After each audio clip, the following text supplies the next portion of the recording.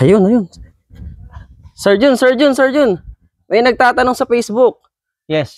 Sabi nila, nagtatanong kung okay lang ba ang Jet 1 sa bagong sasakyan.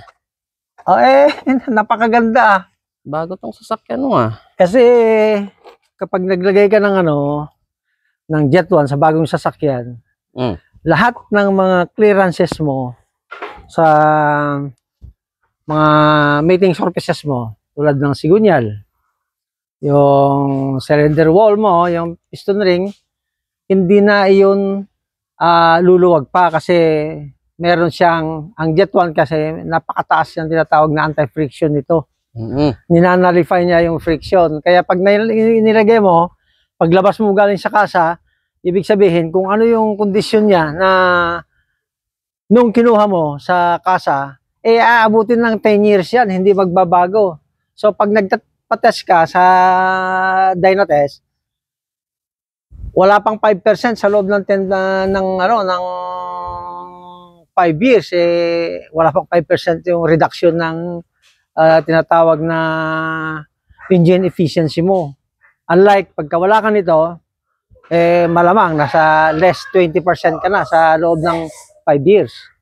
So, ina-advise ko, pagkatapos mong makuha yung yung sasakyan mo, paglabas mo, bumili ka ng Jet 1, ilagay mo para hindi na luluwag pa yung mga kasukasuan ng pyesa mo. Kaya napakaganda ito. Kaya ako, nung paglabas ko nito, actually, pangalawa ako nang nalagay ito pero kalalabas ko lang itong sasakyan ko. Wala pa itong, 6 months pa lang ito Pangalawa ko na to. So, ina-advise ko sa inyo na pag naglagay kayo ng ganito, hindi luluwag yung mga piyesa ninyo. Matagal ang buhay ng mga piyesa ninyo.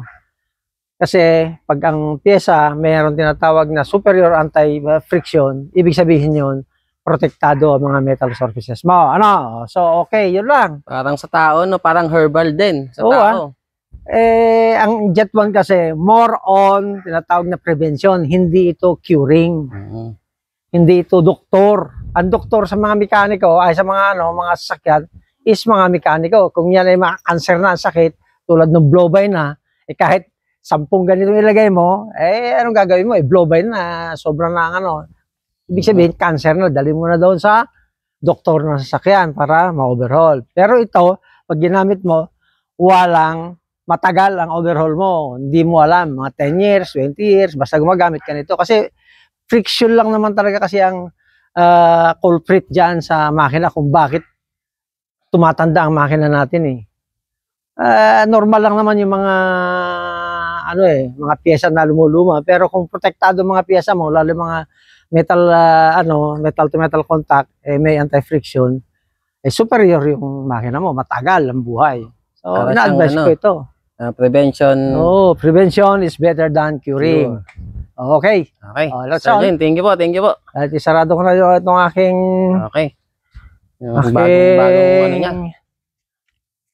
Pick up. At mag-travel na naman tayo. Okay. Thank you po.